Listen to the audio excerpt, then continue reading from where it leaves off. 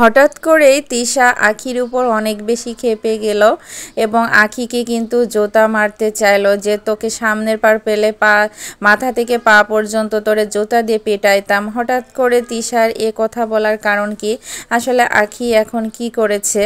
আখি তো দুদিন পর পর তিশাকে নিয়ে খোঁচা মেরে কথা বলে খোঁচা মেরে ভিডিও বানায়।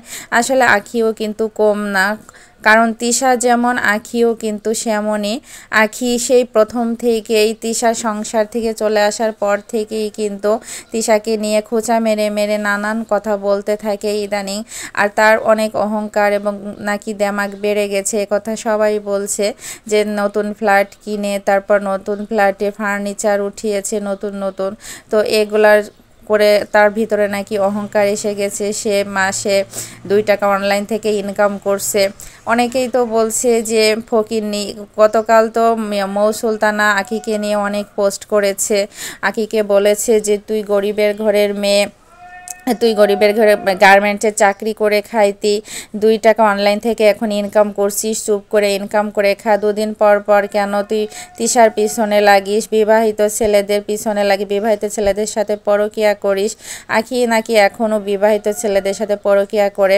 আলামিন নামে যে ছেলেটার সাথে পরকিয়া করে সেই আলামিনের নাকি বউ আছে, সন্তান আছে। সব কিছু জেনে শুনে আখি সন্তানওয়ালা ছেলেদের সাথে বিয়ে করে, যে যাদের ঘরে বউ আছে। আহাদেরও কিন্তু জানতো যে আহাদের বউ আছে, আহাদের বাচ্চা আছে, তারপরে আখি জেনে শুনে সংসার করতে এসে আবার তিশাকে দোষ দিল, সহ্য করতে পারলো না তিশাকে। আসলে তিশাই কিন্তু আখিকে নিয়ে এসেছিল এবং আখিকে ভালো একটা স্থান দিয়েছিল, ভালোভাবে থাকতে পারতো, ভালোভাবে সংসার করতে পারতো, কিন্তু আখির ভিতরে অনেক অহংকার চলে আসলো এবং আখি চাইলো যে আমি রাজত্ব খাটাবো। তিশা কেন রাজত্ব খাটাবে? আখি রাজত্ব খাটানোর জন্যই কিন্তু তিশার সাথে ঝামেলাটা হলো এবং আয়েশকে নিয়ে চলে আসলো। আখি যদি অনেক ভালো মেয়ে হতো তাহলে আমার বিবাহিত ছেলেদের সাথে কখনো পরকিয়া করতো না। এখনও নাকি একটার পর একটা বিবাহিত ছেলেদের সাথে পরকিয়া করে এবং এ সমস্ত কথা কিন্তু মৌ সুলতানা বলেছে যে তুমি যদি ভালো না হও তাহলে এখন থেকে ভালো হয়ে যাও আর মানুষের পিছনে লেগো না। আর এদিকে তিশা মানে ভিতরে কিন্তু অনেক কষ্ট আছে, তবে তার মাতৃত্ব নিয়ে কেউ কিছু না বলাটাই ভালো, কারণ সে মায়ের দিক থেকে একদমই সেরা।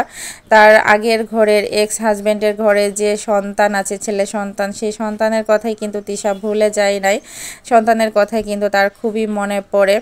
এদিকে আখির ভিতরে অনেক অহংকার এসে গেছে আর এই সমস্ত কথাই কিন্তু পাবলিকরা বলছে যে ছেলের আর কি সিম্প্যাথি নিয়ে, সবার সিম্প্যাথি নিয়ে আখি একটার পর একটা কিন্তু অন্যায় করছে। সে অন্যায় হলো যে তিশাকে খোঁচা মেরে মেরে কথা বলা, বিবাহিত ছেলেদের সাথে পরকিয়া করা, আবার শানবীর ভাই তন্নির পক্ষ নিয়ে শানবীর বাবা যে, তো শানবীর বাবার বিরুদ্ধে গিয়ে কিন্তু সে পোস্ট করেছে। আর এই পোস্ট করাকে নিয়ে মৌ সুলতানা কিন্তু আখিকে একদম ধুয়ে দিয়েছে যে তুই গরিবের ঘরের মেয়ে, ফকিন্নি ঘরের মেয়ে, তুই 2 টাকা অনলাইন থেকে ইনকাম করছিস, আর চুপ করে ইনকাম কর, কেন তুই আরেকজনের পিছে লাগিস।